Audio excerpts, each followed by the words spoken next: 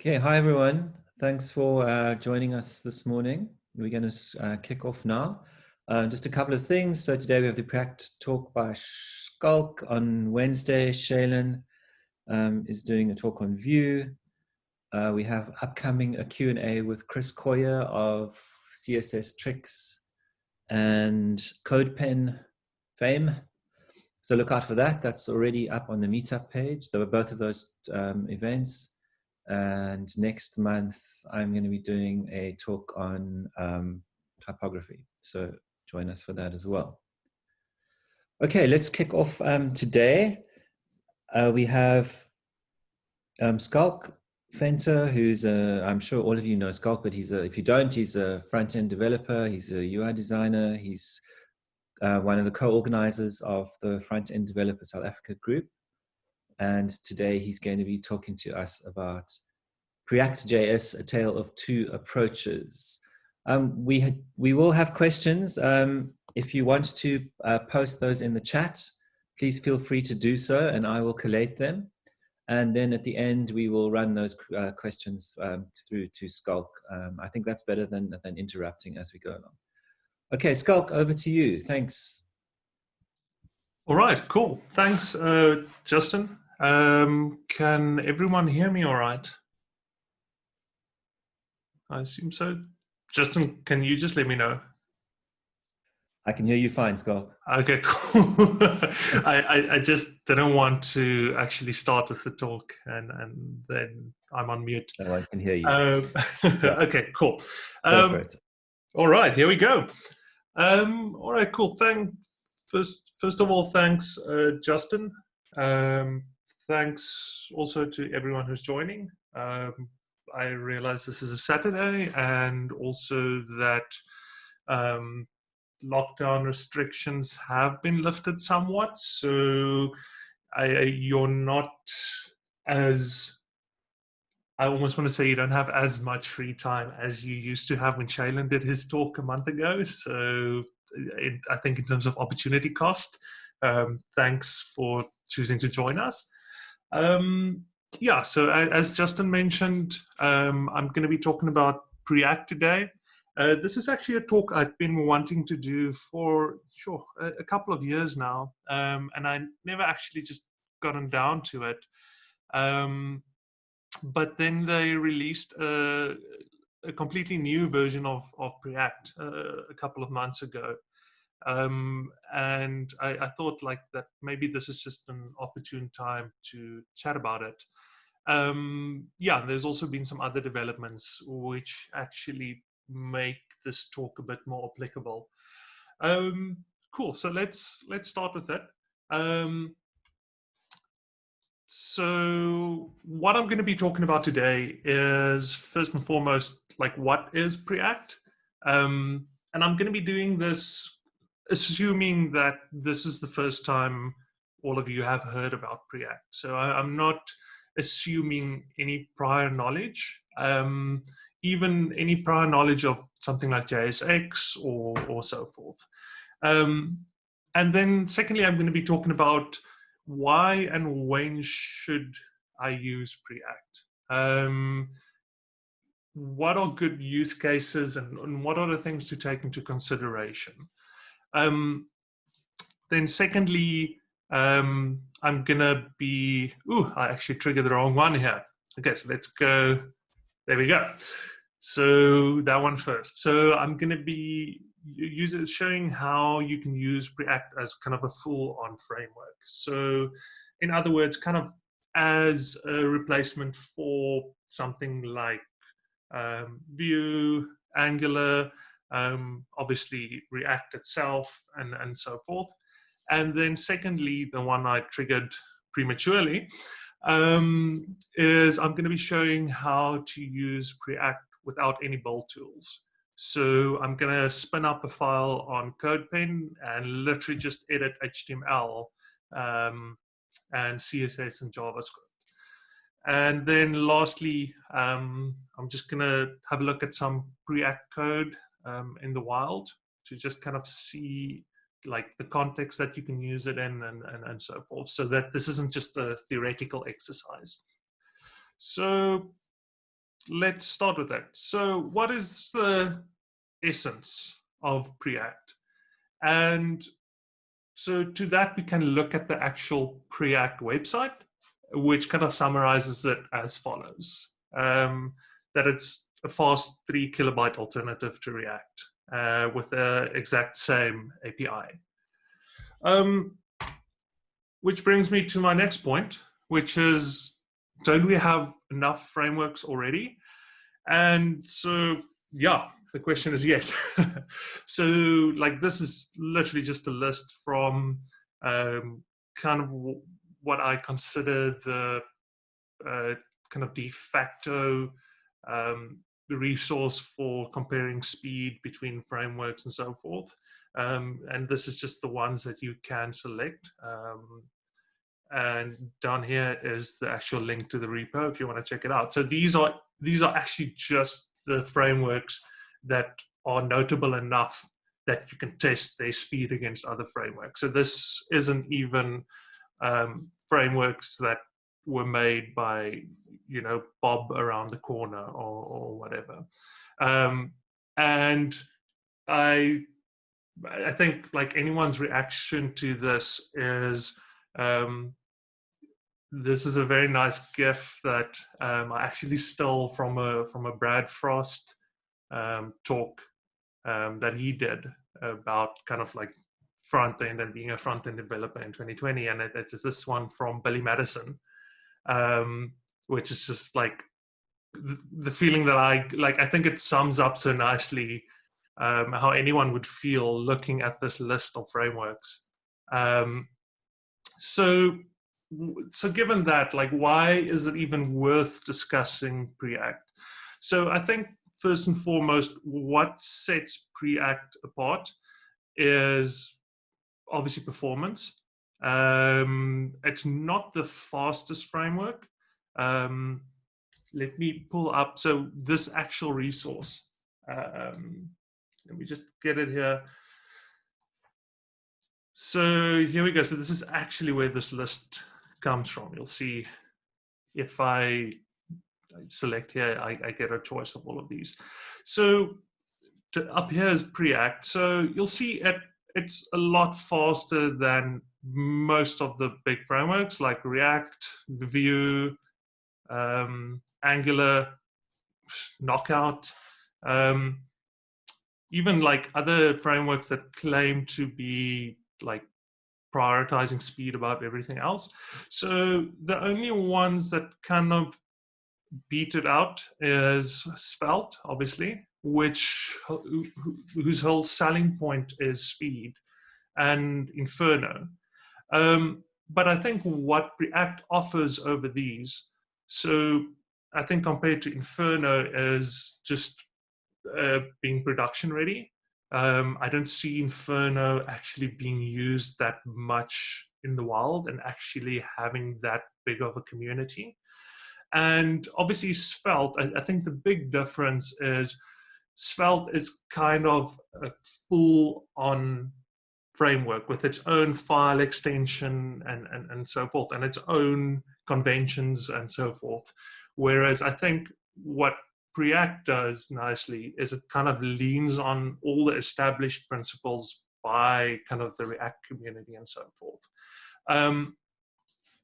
So how is Preact so fast? So I think one thing to discuss, which is a common misconception, is and this is one that I held initially when I started using Preact as well, is that Preact is kind of a slimmed down version of React. So it takes the kind of the React code base and it cuts out like all the heavy things and strips it down.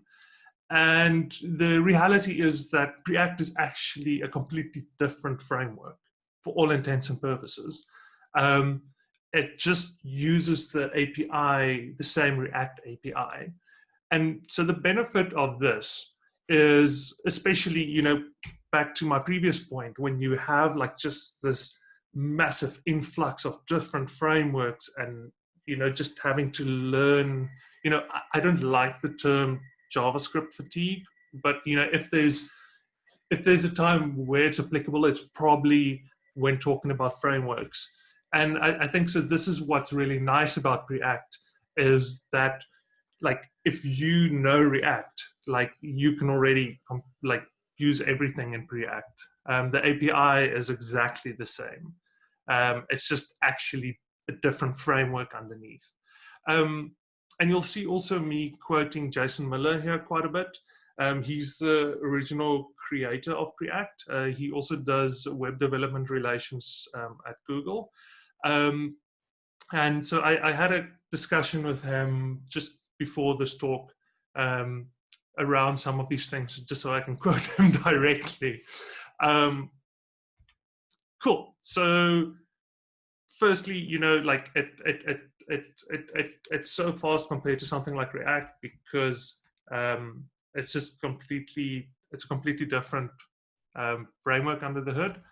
And to that point, you know, it's not, so this is from the actual Preact site itself. It's not intended to be a re-implementation of React. I think it starts with the acknowledgement that React is a really good library. And it has really good principles and a really good and as well architected. So it's not trying to be a better version of React. It has a completely different goal. And we'll get to those a bit later on. So why should you use this? So, you know, I'm not going to try and sell anyone on performance. I think there's millions of resources out there, you know, from studies pointing increased performance, increased conversion due to performance, and so forth. So let me maybe look at specific instances where Preact made sense instead of actually talking about, you know, a blanket, like, abstract concept of, you know, like where it would make sense. So let's look at specific tangible examples. So one of them being Uber. So maybe 2 years ago, Uber released a web version of their app specifically for developing countries where mobile phone, like where the actual phones used weren't able to actually run the app itself. And obviously, data costs were higher and so forth. And there's a really good case study on this down here. I'm going to share the link of the slides. So if you want to check it out, you can just click here. So they kind of rebuilt the entire app using, like, with Preact, just like for those gains in terms of performance and data usage and so forth. Then there's a couple of other case studies. This one is a really good article by, you probably know Adi Osmani. He's a well-known senior developer for Google. He co-wrote an article on where they compared React with Preact when building PWAs. And he actually made the claim, I don't know if I can concur that, I'm not qualified enough, but he made the claim that 95% of all cases where people use React, like, they should actually use Preact. Once again, like, sure, I don't, that seems like a very high number to me. So I don't even want to go into that. But I think the point being here is that there are a couple of big players in the tech scene that consider Preact as a very strong alternative to other frameworks. So who uses Preact in production? Yeah, Uber, Smashing Magazine, Lyft, Groupon, Housing.com, New York Times. There's a couple. I just listed some of these. Also, just for the sake of transparency, it's hard to kind of know these things for sure because, like, companies tend to not share it that much. But I like, as far as I could tell, Uber actually replaced Preact. I think I found an article somewhere with their own kind of proprietary system. But in that actual article itself, they actually acknowledge that Preact is actually faster than what they built. But yeah, there's always like these developer politics inside organizations. So, but I just wanted to mention that. But they did end up using Preact for 2 years before they built their own framework. So then the question is, how fast is Preact? So there's a really good article as well by Peter. I'm not going to even try and pronounce his surname, but he's a senior web developer at Mozilla, and he did an experiment where he took a React project and he switched it to Preact, and he reported that his bundle size was 6 times smaller than it was actually with Preact, and that the actual uncompressed JavaScript files ended up like being massively different. And like his like what he took away from that is that apart from the actual file size, just the actual complexity of the code is so much less. So like if you're looking at CPU battery and so forth, then Preact is a very good option. So here's the hard part.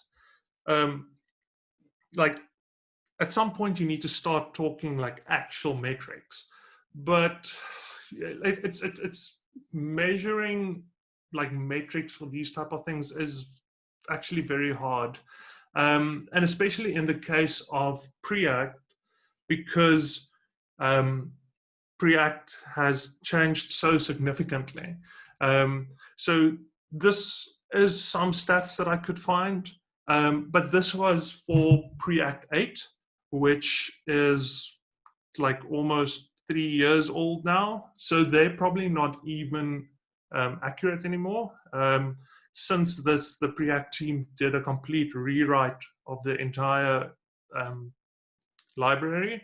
And obviously, this was even before React 16, which also saw a rewrite of the entire React library. But I think it's worth it to just look at these things in a general sense.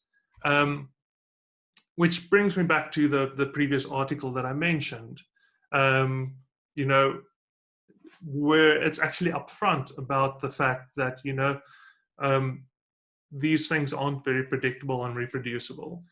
But the thing here being that where he compared React and Preact, React was never faster. So I think it's more important to look at kind of general trends instead of just like raw numbers. And also he mentioned that, you know, he compared Preact 8.2, and, you know, like this was even before April 2019, which we have Preact 10 now already. So cool. So I think the general summary is that Preact is a lot faster than React. It's a lot faster than a lot of other frameworks, with the exception being the ones that beat Preact, although, you know, the difference isn't massive, are ones that like kind of take a very radical different approach, like Svelte, where you have this whole kind of a Svelte ecosystem. And I think also, that being said, like this is just my personal take, is I think of all the, how would I say it, like lightweight frameworks, to me Preact feels the most mature, not only in terms of like how long it's been developed and how big the community is, but also just in terms of that it's actually building on like things that have actually been kind of developed already, almost I want to say standing on the shoulder of giants, whereas something like Svelte like is taking a completely new radical approach, and I don't know if that approach has kind of been proven to be a good approach just yet. It possibly might, but I don't know just yet. So let's look at using Preact as an actual framework. So I'm going to look at two approaches. So the one is using Preact as kind of a stand-in for something like React or Java or Vue or Angular and so forth. So just before we get into that, just some splitting of hairs. This is not a hill I'm willing to die on, but I think just in terms of a working definition before we kind of get into the examples. So when I refer to libraries, I generally refer to things like React, Vue, Angular.js. And when I refer to frameworks, I generally refer to something like all the versions of Angular after the first one, or Nuxt or Gatsby. So the idea being that libraries is just JavaScript code that you can load into your project, whereas frameworks kind of come with their own architecture and where files should be placed and so forth, and even maybe like their own file extension, and they have like kind of built-in build processes and so forth. So what I'm specifically going to look at now is Preact as an actual framework. So kind of like a quick start, CLI installation.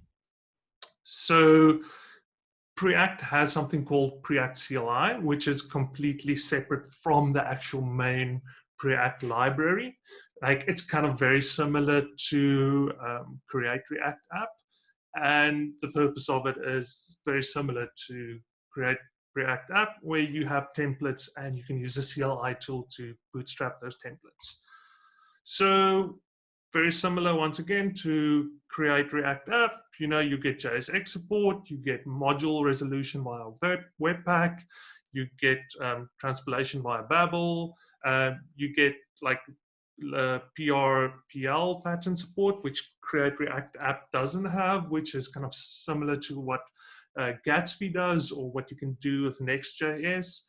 So that stands for, sure, I might embarrass myself now, I think it stands for push, reload, prefetch, and lazy load, which essentially just means that you send down a pre-rendered version of HTML, and then you load the page, and then you kind of cache all the other code bundles and so forth. So this is something that Gatsby does, for example, and Preact CLI has it built in as well.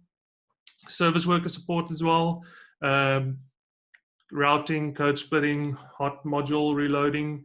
Then also, interestingly enough, it comes with built-in support for CSS modules, less Sass and auto prefixing.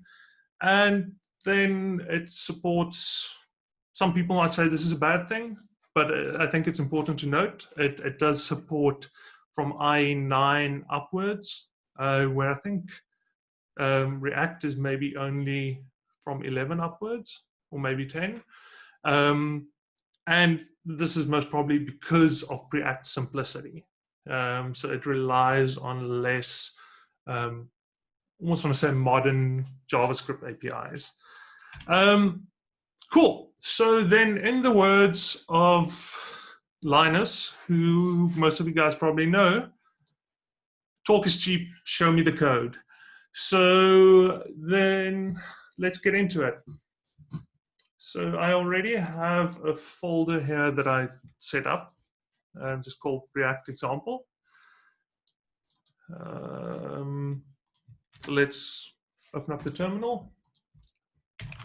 I just want to quickly have a look at what the exact command is.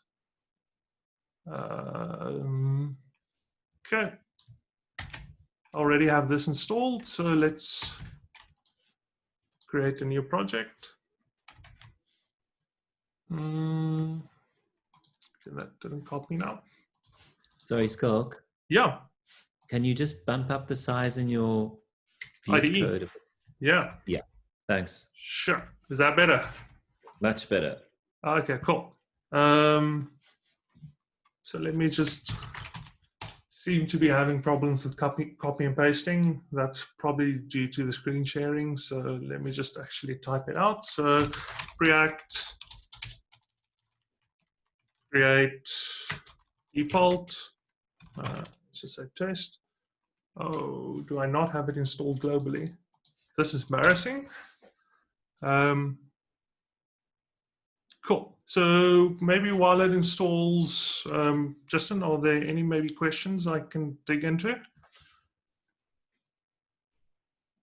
Yeah, Scott, there's one question from Ebenezer. He says, how large is the Preact community? The most frustrating thing for me as a developer would be to start working with a framework where you find it hard to get help online. Platforms that are made to help developers working with Preact. Yeah. So the good news is there's actually a Slack channel for that. And I'm actually pretty active in it as well. So it has around 2,000 members. I have to say, you'll see that I'm part of a couple of other channels like Storybook and Netlify CMS. And encouragingly enough, I find the Preact one like the most, maybe for the Netlify CMS one is a close second, but I find the Preact one actually the most responsive. And you'll see that the actual, if you look at my threads, so this is Jason Miller. So he's actually pretty active. So he's the creator of Preact, and he's actually really active on this channel. So I would say that I have yet to feel, let me put it this way, I've actually felt more that I couldn't get help for things with React than I actually have with Preact, ironically. Yeah, so I don't know if that answers the question, but like for me, that has never been an issue. I've never kind of felt like, damn it, I've been Googling now for 10 minutes and I don't know like how to do this thing. I think the other thing as well is because Preact is so simple in terms of just the source code, it's a lot easier to just understand what's going on there. So a lot of times you can just actually dig into the code itself. Whereas I think with something like React, it's a lot more abstracted and hidden behind like further abstractions and so forth. But I won't say that regardless of the size of the community, I've ever struggled with not being able to figure something out or not being able to get help. I don't know if that answers the question. Yeah, thanks, Gork. No other questions at the moment. Cool. So, okay, so this is done. So let's, okay, there we go. So it's just setting that up. Okay, so this is probably going to take some time as well. So let's maybe, I don't know if anyone else wants to ask any questions now. Justin, you said there aren't any existing questions. No more at the moment, no. Okay, so maybe this is an opportunity for someone to ask a question if they want. Yeah, if there are any questions, anyone wants to ask anything? Yeah, I got a question. There we go. Hey, Mike. Hey, Scott. So I was wondering what the experience or support is like when it comes to building something larger. Like, for example, there's React Router, and I just found something called Preact Router, and I'm wondering, React Router, is that compatible with Preact? Do you have to find Preact specific versions of things? And what happens when you find, okay, I can't build an application that's more complex because they just aren't those extra libraries? I just have to restrict myself to a simple Preact app.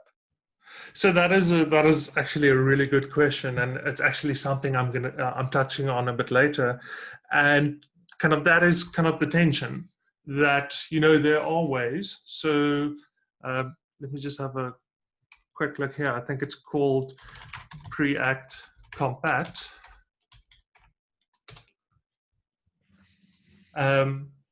Which essentially just maps the, so you can use it as if it's React. It kind of just maps the entire API. So you can use things like Material UI and so forth. But the problem there is, once you start, so to answer your question, it's very easy actually to do. Compatibility is rarely something that I struggle with when wanting to use React specific plugins or libraries. But the problem there being that, once you start pulling in more libraries, like you kind of start losing the benefit that you get from such a small base library. If you pull in something material like Material UI, that 3 kilobyte initial core library that you're using isn't probably then making more sense in the broader scope of things. And at the point where you're doing that, you're probably also building out something a bit more complex, where file size isn't necessarily such a big concern. But so to answer your question, I haven't experienced compatibility issues in terms of the ecosystem, but I've also rarely built that size of projects with something like Preact. At that point, I would probably just pull in the full React, or maybe even just use something like Next.js. So I kind of, so to answer your question, I would then just go straight for React. Okay. Yeah, that makes sense. It doesn't make sense to go for Preact just for the speed if you're going to build something more complex, because then you should rather go with because you're probably exactly, because I think then I think the little bit of speed increase, you get diminishing returns the more other dependencies you pull in. But if you're just building a straight up small widget, that's obviously very different. Okay. And then how noticeable is it for an end user? I mean, is it the build process that's faster? Is it just the page loads? Is it can you see visibly without timing it that Preact's faster than React? Well, yeah, I can definitely. Okay. I know that something that I've also noticed is, and that is probably due to the simplicity of the library, a lot of things most, I just assume out of the box that React projects don't work on Opera Mini. But I actually have a couple of Preact projects that work fine on Opera Mini. And because I know Opera Mini has this weird thing where it's okay, if the JavaScript doesn't execute within X amount of time, then it just aborts it and it doesn't even try and run it. So, but it's these are hard questions to answer because it's so subjective, and even when you do a scientific quote unquote analysis, there's so many different variables and factors, from network speed to your actual CPU. But I have projects where I've seen an increase, and once again, I don't want to jump too far ahead, but I think Preact is really nice where you're maybe doing a project for an existing site where you're building a widget or something, or you have an existing WordPress site or something that's already pretty fat in terms of JavaScript. So you have jQuery already in there and whatever. Then whether you're adding 2 megabytes of JavaScript or 3 kilobytes of JavaScript, that's going to make a big difference. There's a point where if it's already fat, every little bit counts. Yeah, cool. Yeah, that makes sense. Thanks. Cool. Should we do one more, or Justin, or should I just get into the example? Yeah, there's one more from Nathan, who asks, are there any features unique to Preact that React doesn't implement? That's a great question. Previous question. Yeah, that's a great question. So there's actually like on the Preact site, there's actually, usually this is a lot more purple, but I think in support of Black Lives Matter, they've kind of grayed it out. So I'm pretty sure there's a page, some differences to React. There we go. So I'll share this link on the meetup page as well. But so here it goes into the differences. And here's actually a list of features that are unique to Preact. So one of them being, if you have class components, the render method actually passes the props and the state as arguments. Another one being, like in React, you need to use class name. In Preact, you can use class as well. So I think this maybe, like this example of using class and class name maybe illustrates the difference in approaches between Preact and React quite nicely. Whereas the reason in React why you can't just say div class is because class is a reserved word in JavaScript. Like it has very specific meaning. So it's technically, and because so that means in the actual DOM itself, it's called class name.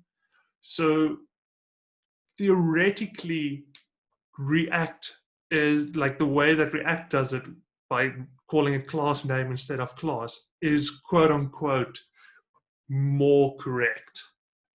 It's more programmatically correct. But here is, I think, where Preact kind of makes a trade-off, and it says, like, listen, like, we're not necessarily like building something that like is like this well-structured, like programmatically correct thing that follows like all these principles of computer science. Like we're just building something like very low level that people can easily get into and understand. So for the general person that just wants like to build some type of widget, or just has like a background in HTML and CSS and maybe a bit of JavaScript, like they've kind of made a trade-off, like we're just going to keep it consistent with HTML for ease of understanding and simplicity's sake, instead of like kind of building something that is programmatically more correct. Yeah, so like you have these little things. Yeah, and then here's like the Preact compat that I spoke about. Yeah, there's smaller little things. Like another thing is React has like this concept of synthetic events where it abstracts events, whereas Preact just uses straight up like the DOM events, like on change, on input, and so forth. But yeah, there's a couple of examples where it actually has features that React doesn't have. Cool. I hope that answers the question. Cool. Thanks, Scott. No more questions at the moment. Cool. So let's spin up this example. So I just installed it. Oh, I think it's called develop. Let me have a look. It's just called dev.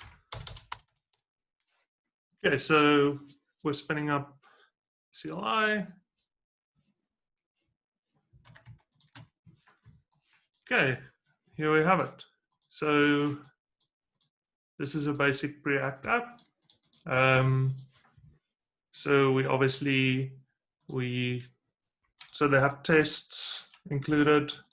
I think they are using, so they're using Enzyme as well, but using an adapter for that. We don't need tests. So it also has Babel installed. As you'll see here in the package, you have linting, testing, the build, the actual serving, then the manifest that it needs to copy for the service worker. So the index file, this is similar to what you have in React. Then like just style files, Like, so all of these are very similar to what you would have in Create React App, assets. So routes. So what's interesting is to do pre-rendering. You have to create a pre-rendering file. I'm not going to go into this in too much depth because, like, it's the documentation on the Preact site is pretty good. I'm not sure where it is now, but so it's not. It's in the CLI.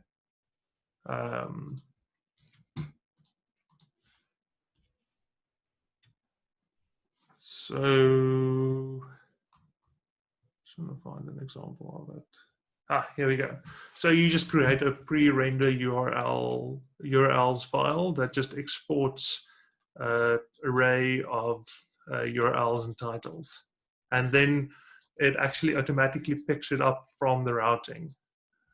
So where's the router now? So then it just looks at these, and it automatically builds the pre-renders the HTML for the paths that you specified. Let me actually build it quickly now.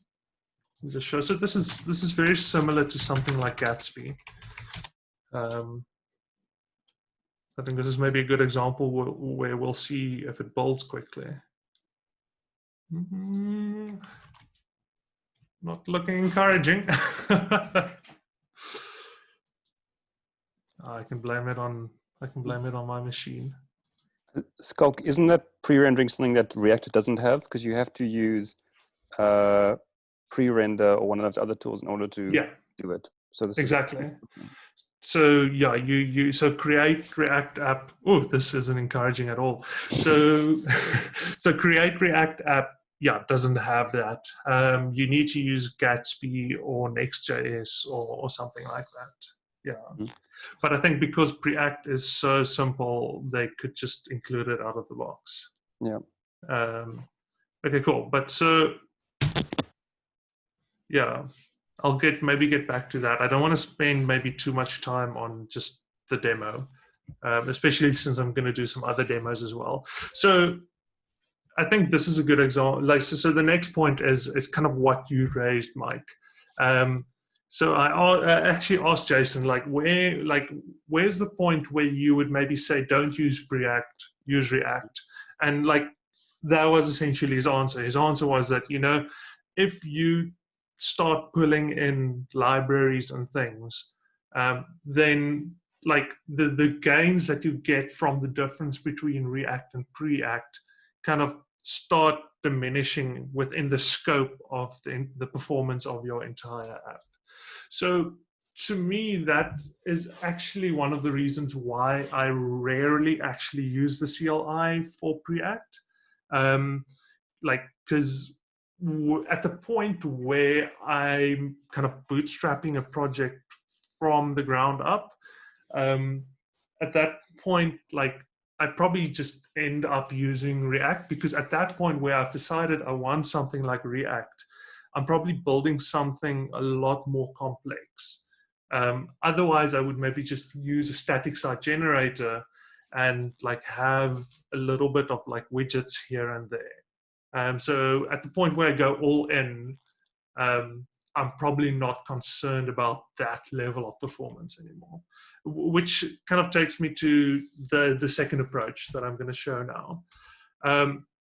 But so here's an example of, so I spoke a bit about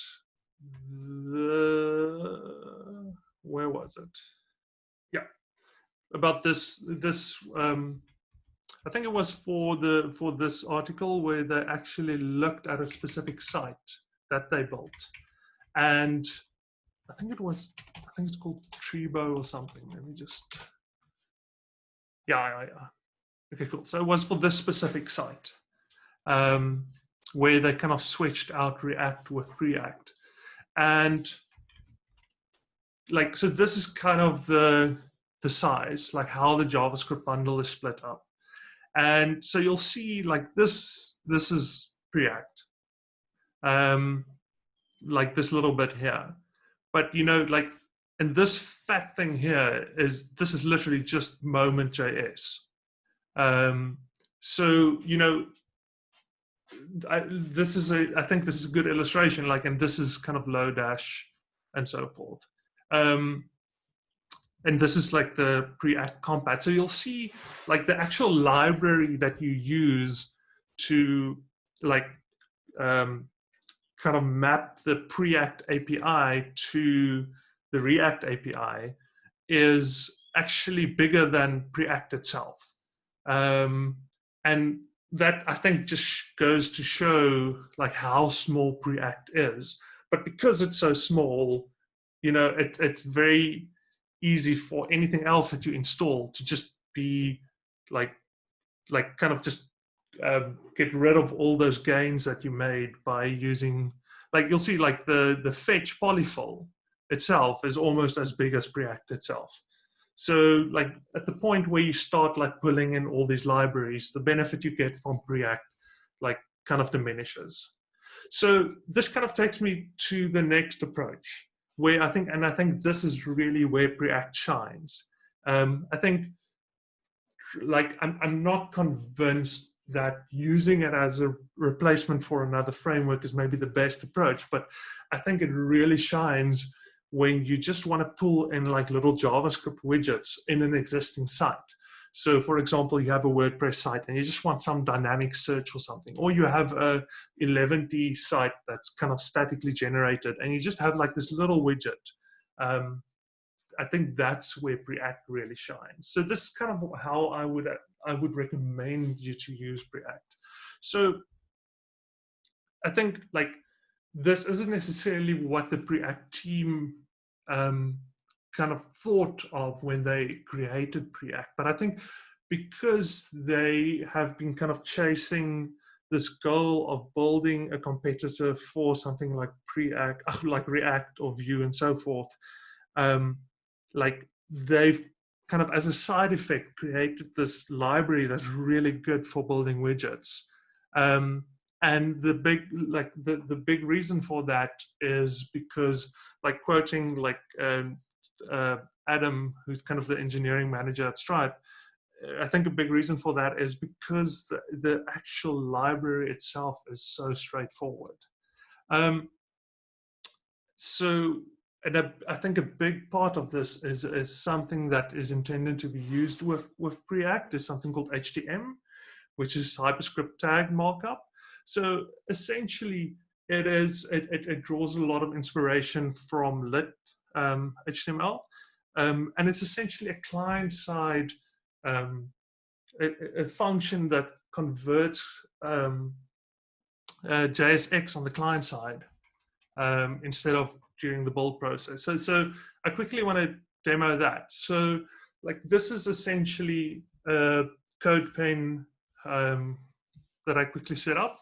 It's literally just an HTML file. You can see here, like there's no JavaScript, I have a bit of CSS. This is just embedded in here. Just so like just the border box and things, just some nice niceties to make it just look a little bit less gross. Justin, I assume everyone can see this, or do I need to zoom in a bit more? This looks good, Skulk. Okay, cool. So let's quickly have a look at like how we might do this. Just give me a second. I have so many windows open now. I just want to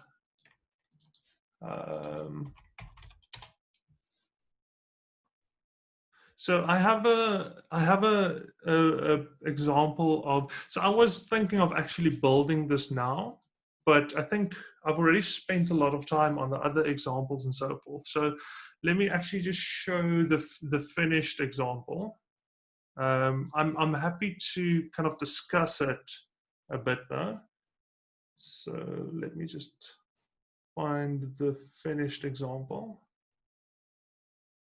Cool. So here is the finished example.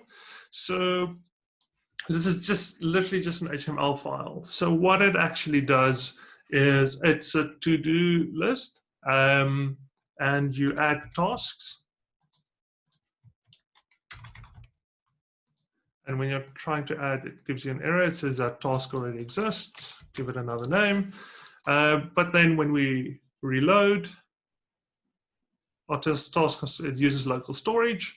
So yeah, so this is kind of what I would consider like a widget or something that you would want to integrate into an existing site. So let me quickly just go through the code. So you'll see I'm pulling in just a Google font.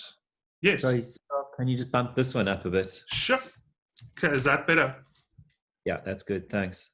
Cool. So you'll see I'm pulling in a Google font. Just doing some basic styling. I'm pulling in HTML, which is kind of what I spoke about.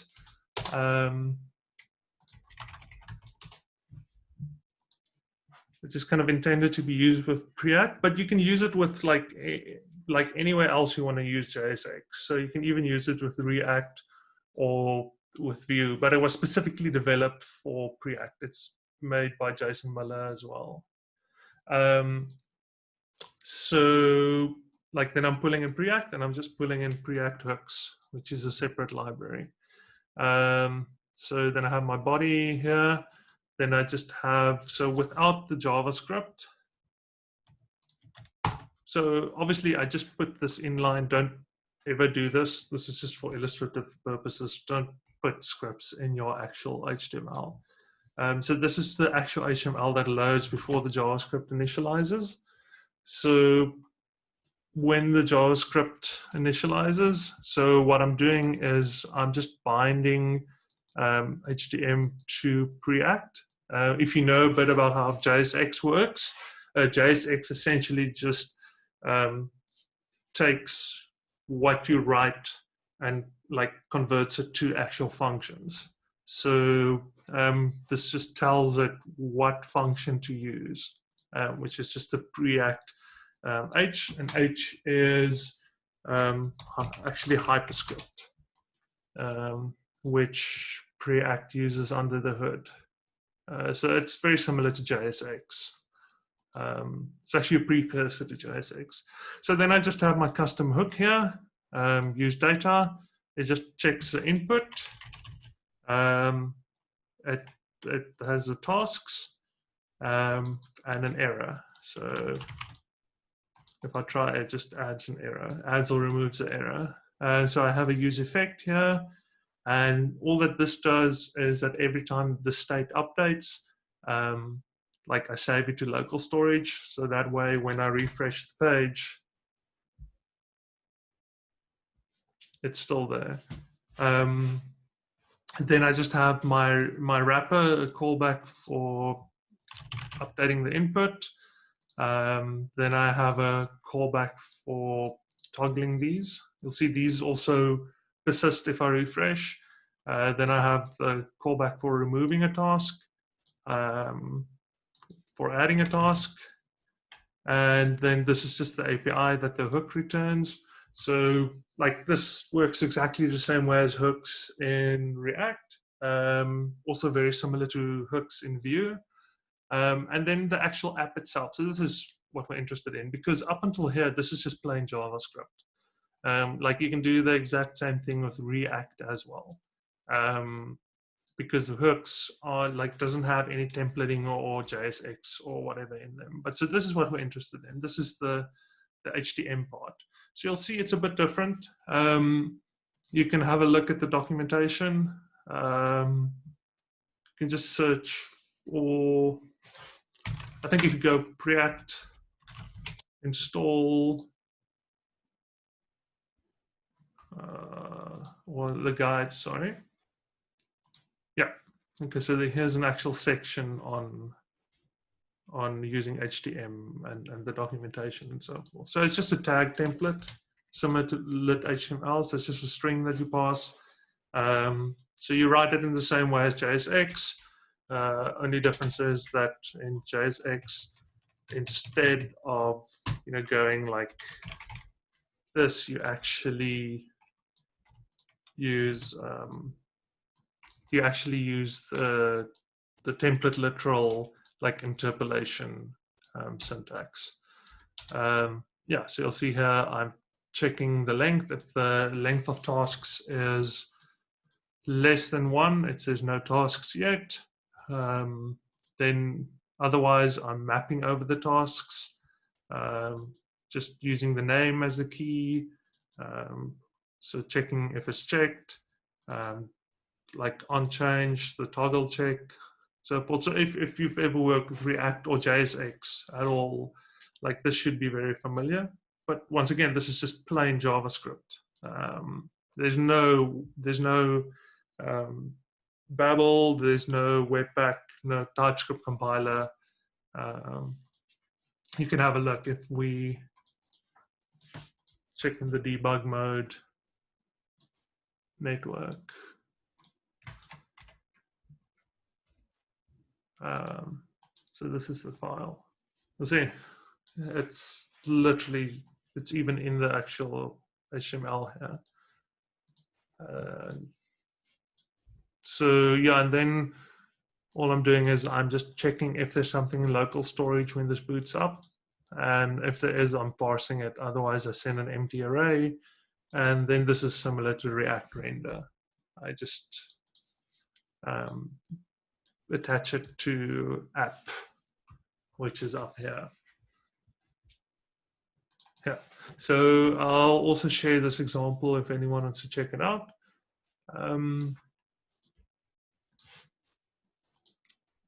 So yeah, so for this specific example, this is all the JavaScript that gets loaded. No, it's actually not. It's everything that gets loaded. So you'll see Preact itself is only 3 kilobytes. It's a bit more. It's 3.9. This is because I'm using like the UMD version. So it has some extra code in it. The favicon. So interestingly enough, like I think this goes to show how small this little widget is that I created. That the favicon is actually like the second largest thing. And this is just the regular like CodePen favicon.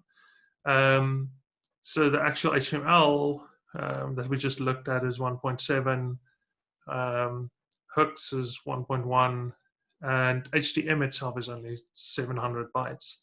So like we literally, this entire widget that we have here is under 10, yeah, under 10, like probably around 8 or 7 kilobytes. So like you would have previously used something like jQuery for this, and I'm pretty sure jQuery itself is considerably bigger than that. You know, apart from the fact that like Preact is kind of built for state management. So here's an example of where I'm actually using Preact for this kind of widget approach. So I've recently open sourced static site generator that I'm using internally that I've been using for a while now. And so I actually have an example of it. Maybe just that I've kind of included Preact in, because I tend to do that. Preact works very nice for this type of thing. Let me just find it. So here's an example actually where I'm showing like how Preact is embedded. So this is all Preact. So this filter I'm using Fuse.js. So, you know, as I'm typing, it kind of filters.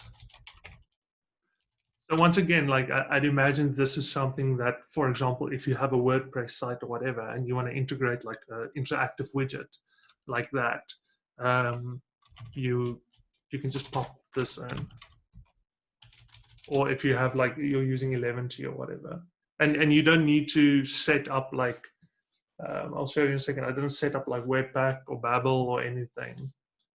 There's no separate, like this is literally, I'll also share this. This is literally it. Assets, scripts. This is a JavaScript file, 100 lines. And this has other things in it as well. Just for this behavior alone, it's just this part. So this is literally this behavior. So it works very nice for these type of things. Then just to show an example of in the wild. So Shailen and I are actually working on a site at the moment called Cape Town Together, which is kind of a community of citizen action networks kind of formed in response to COVID-19. And we are kind of helping them with the site. So this is what we have thus far.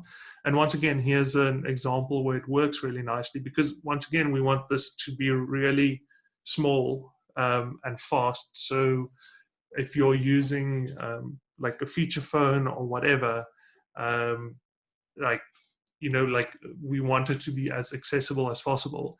And this also uses Preact, this little widget here. So if I click it and I want to find a citizen action network in my area, I can start typing like Babel, then it auto-completes, or Danoon, or I don't know what else to search for, like let's say Milnerton. Yeah. So this is also a good example where we're just pulling in Preact. So I think in summary, I've kind of touched on a lot of things. I think if anything, I want the main takeaway to be that if you're like adding little widgets to your site, like either if you're already doing server-side rendering, or you have like a static site generator like 11t or whatever, you don't want like a full-on like Babel and Webpack like kind of framework. Like Preact is a really good choice, especially if you have an open source project and you want people of all skill levels to be able to contribute without having to learn like the ins and outs of all the modern JavaScript build tools. So just a couple of shout outs from my side. Firstly, thanks to Jason Miller. I asked him a lot of questions directly on Slack. He responded with some very like in-depth responses. And then also just shout out to Shailen and Justin, the rest of the FedSA guys. Justin already mentioned that he is doing a talk on typography next month. And there's also a couple of other things coming up, like the Vue meetup, and also the Q&A with Chris Coyer. And then if you want to get in touch with me, you can reach me. I just have like a little small website with like all of the related things on. But you can get in touch with me on GitHub or CodePen. I'm pretty active on NPM as well. All of those are just Skulk Venter, my name and my surname. And then I'm also pretty active on Z8 Tech and Code for Africa Slack workspaces. Once again, you can just add Skulk Venter me. And then, so the links, so the slides themselves, this is the first one. I'll just share this as well on the meetup channel, on the meetup event. And then the example, the CodePen example, where I just had the HTML file, there's a link to that. And then the GitHub link to the Preact starter that I showed, this one. Let me just go back to it, is also there. Yeah, so obviously I went pretty fast. There's a lot to cover. But like you can take some time and like dig into these, kind of get a sense for like what exactly is going on there. Yeah, I'll share all of these links. Yeah, I'm happy to answer any more questions there are now. Yeah, I think that's about it. Thanks, Skulk. That was great. So there are two questions in the chat. The first one's from Nathan, who asks, he says, it looks like routing is built in as well. Is that correct? With Preact CLI. So I think there's it's important to make a distinction between the actual Preact library and the CLI tool. So the CLI is, as I mentioned, it's very similar to create React app and then so forth. So like it builds everything in from routing to pre-rendering to transpilation and module resolution, all of those things. So that's kind of like just a one command getting started, like full on framework. Yeah. But yeah, it has routing and code splitting by routes included as well, the CLI. Cool, thanks. There's another question from Ebenezer around SEO. How does Preact handle page headers? That would help with SEO. With React, you can build a React app on top of, say, Next.js, and that allows you to inject headers. Yeah, sure. Preact is a framework on its own. Does it have a feature that allows you to inject headers dynamically to each page? Cool. I'll maybe show an example of that in a second. But I think before going into that, I think it's important to just kind of take a step back and chat about JavaScript and SEO in general. So the official line is that Google is able to parse JavaScript. No one knows how this works. No one can confirm whether it actually works. There's a lot of conflicting information around whether Google actually goes through your JavaScript. I generally just assume it don't. I rather just play it safe and assume that unless I'm pre-rendering something and like just actually injecting it into the HTML before the JavaScript loads, that Google is not going to pick it up. So to that point, a lot of the information says that similar to the example I mentioned about Opera Mini, that Google allocates a certain amount of time to your actual JavaScript. And if it's able to run all of your JavaScript within that time, it actually analyzes it. Otherwise, it just quits and doesn't do anything. So to that point, if you're kind of betting on your client-side JavaScript getting run, Preact is obviously better because it's just faster, it's smaller, it takes less time to run and so forth. But if we're talking now about kind of injecting it into your pre-rendered HTML, yes. So if you are familiar with React Helmet, there is something called Preact Helmet, which allows you to set all of this in your Preact templates. And then that gets included into the actual HTML that gets built. So let me open up, let me just find that example that I installed earlier that broke my VS Code. Let's just close it and open it up again.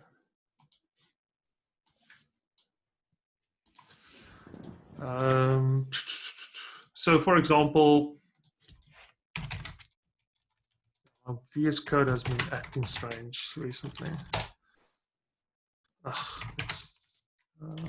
Dev. Well, let me actually build it, sorry. And we can actually look at the HTML that it, I hope it doesn't break now again. Let me actually just rather run it straight through here.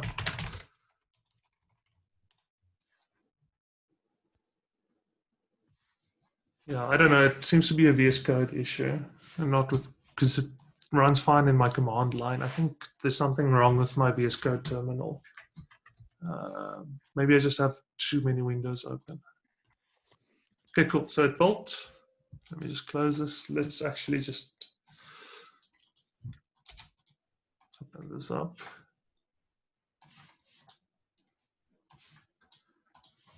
Okay, cool. So this is actually what it built. So the entry files.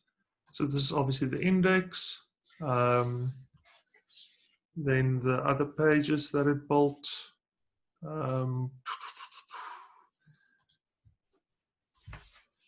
Let me just check here if it included a title and things.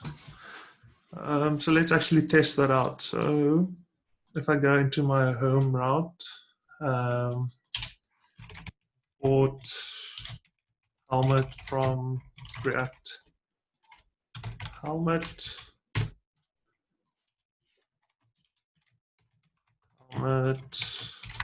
it's like this, world.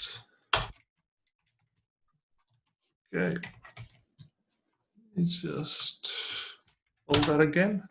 So that should include that in the actual pre-built. I need to install it.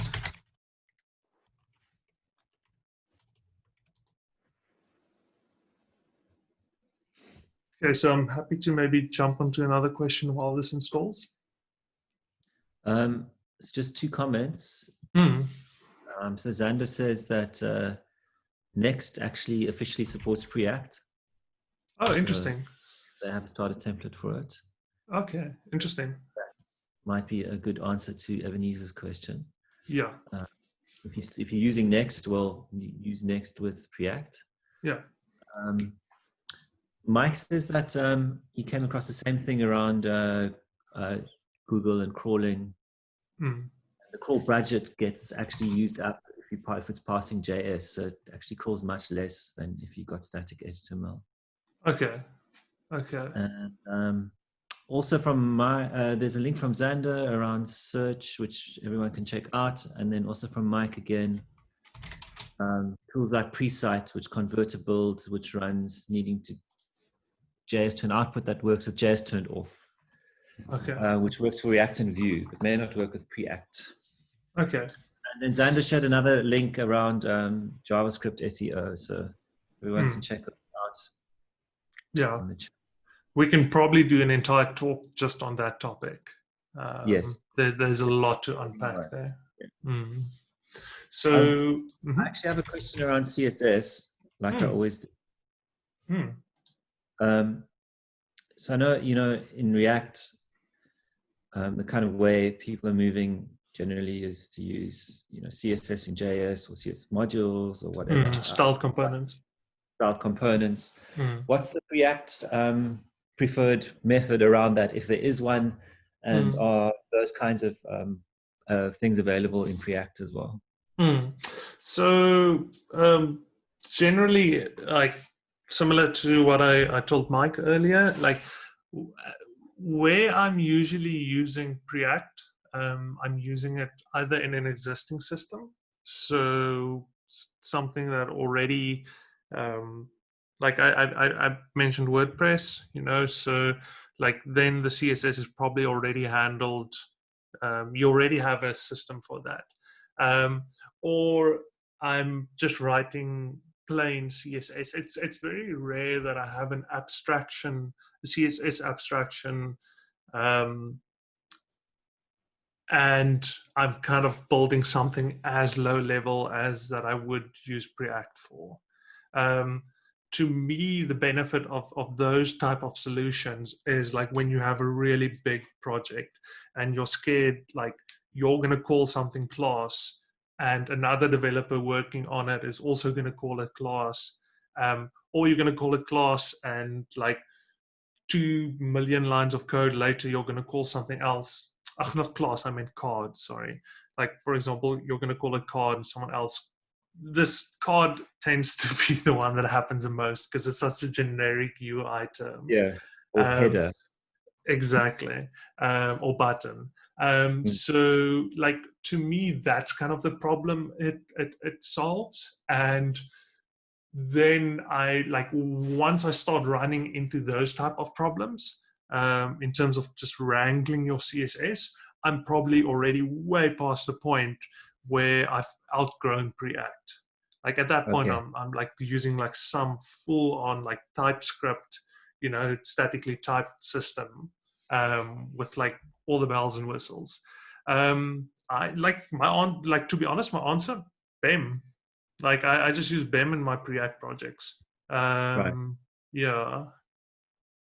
I'll Okay, put a thanks. link. I'll put a link as well, or maybe someone can share a link to like BEM if for those that aren't familiar with BEM. But Yeah, I'll share that. I see Xander's also shared a link to, is it Lunaria, which has a styled components API that supports Preact okay, with interesting. CSS deliverables. Yeah. So also Okay, just something to to check that, out. yeah, to that as well.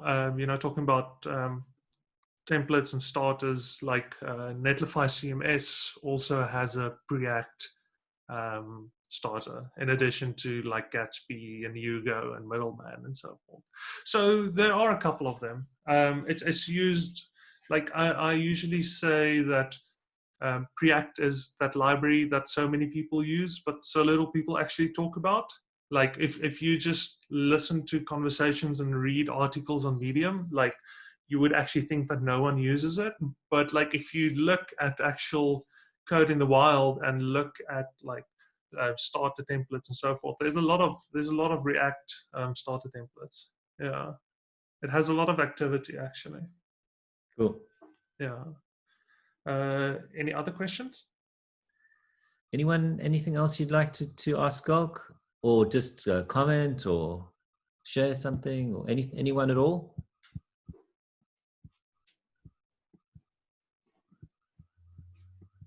Okay. But so I also want to add that, like as with these talks, I think it happened with my ES6 one as well, where you're covering a lot of info. You like always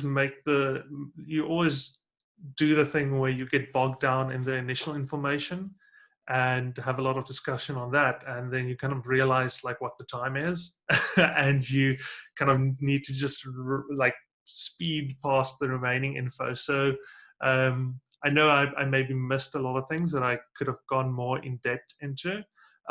So like if anyone has any questions, like just hit me up, or if you look at these examples that I shared, like I think a lot of the stuff in there should be self-evident, or maybe just join the Preact Slack channel. Let me just see if there's a link. Yeah, you can just search for Preact Slack. And like there, you can just fire away. Like the core team is super active on there. If you have any questions, and they'll probably be able to answer any questions a lot more comprehensively than I can. Cool. So is that it, Justin? Yeah, I think so. My neighbor's alarm is going off, so Okay. means we need to end. Yeah, before the police show up.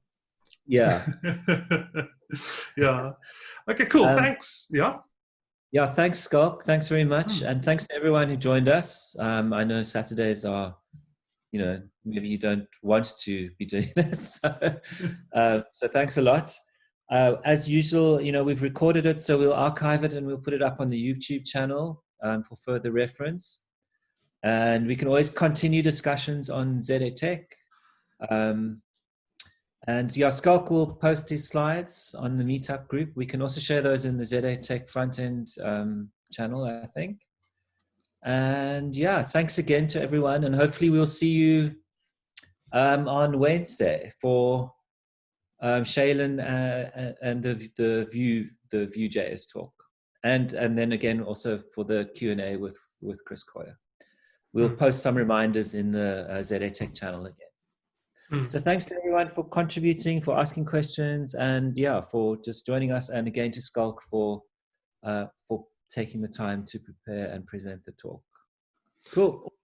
I also just want to mention for those that don't have any other plans on Saturday, like some of us sad folk, Shellen and I are going to be doing some pair programming, which some of it actually involves some Preact work. That's probably going to start in half an hour. So if you are on ZA Tech, maybe just have a look at the front end channel. I'll just post a link there if anyone is keen to join us. Cool. All right, Okay. cool. Thanks Thanks everyone. again. Cheers all. Bye.